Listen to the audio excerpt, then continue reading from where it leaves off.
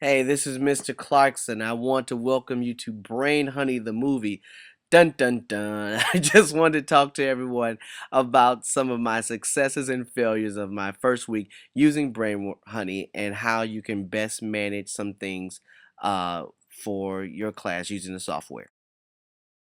So, two things I learned about literacy versus computer literacy and patience versus excitement and how to best manage these with your students. Here's some things to consider or think about. For many of our students, this may be the first time that they've ever been on a computer.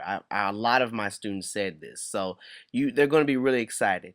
And also, you have to learn how to wrangle in questions without destroying or bothering their overall investment into Brain Honey. So, answer questions, but you don't want the questions to become distracting to other students. Here's some other things to consider when it comes to literacy versus computer literacy. Some of our students have challenges with literacy just flat out, so reading and comprehending directions may be an issue. Repeating directions is huge here. Now, Facebook and Twitter does not cover basic, computer things that you should know, like how to refresh a page, where's the shift button, how to right click, how to left click. These are our students are going to come in not necessarily knowing these things, so don't confuse that if they're on Facebook or on Twitter that they will know how to work Brain Honey, because that's not necessarily going to be the case. So I decided to break down the things that were successful for me. Step by step directions, using screenshots, which I'll show you how to do, using visual cues for understanding, and I'll give you a good example of that. Reading directions multiple times is going to be huge. You got to have tons of patience. You got to have tons of patience.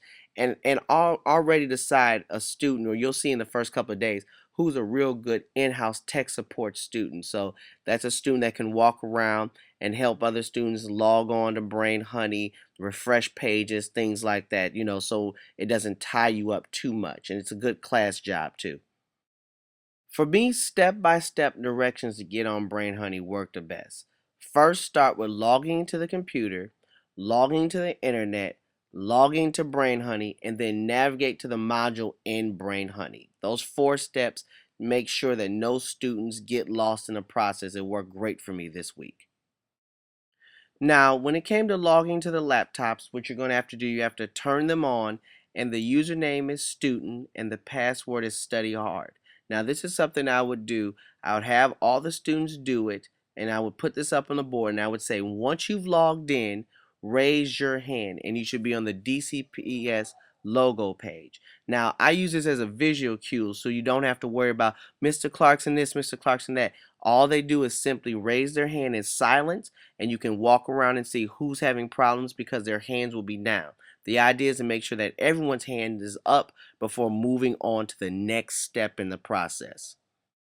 So once everyone is logged into their computer, I put the Safari logo up on my smart board and said, please click the Safari logo.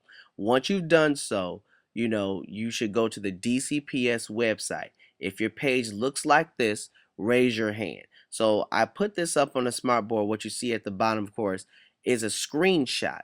And by using this as a visual, the kids knew what should be on their laptop. I'm going to show you how to do a screenshot so that you can insert into a PowerPoint so that it's a real easy visual cue that students know how to match your smartboard with their screen. Now doing a screenshot's really easy. You just hold down Command, Shift, and the number 3, and you should hear a camera clicking sound, and that picture goes directly to your desktop, so you can insert that into a PowerPoint. Like I said, it's a really great visual tool that the students really seem to love this week. So then I put up how to log into Brain Honey. I put the web address up on my smart board, gave all the kids their usernames and passwords. Now, I didn't really get into how to reset their password. My main goal or main objective this week was just making sure that they're able to use their username and password and log in. Now notice this is another screenshot that I use to get the kids to go to a certain module in the social studies. I used an arrow to point and also took a picture of the actual page. So once again, great visual cue, arrow, and if your page doesn't look like this, raise your hand.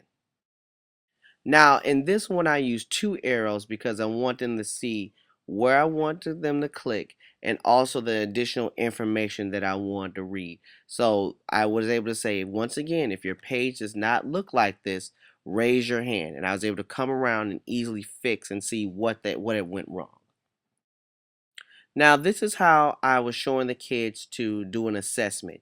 See, showed them the folder, and I also showed them the start button that they're supposed to click as well. So once again, if your page doesn't match mine or what's on the smart board, raise your hand. You can easily come around, fix it, very easy.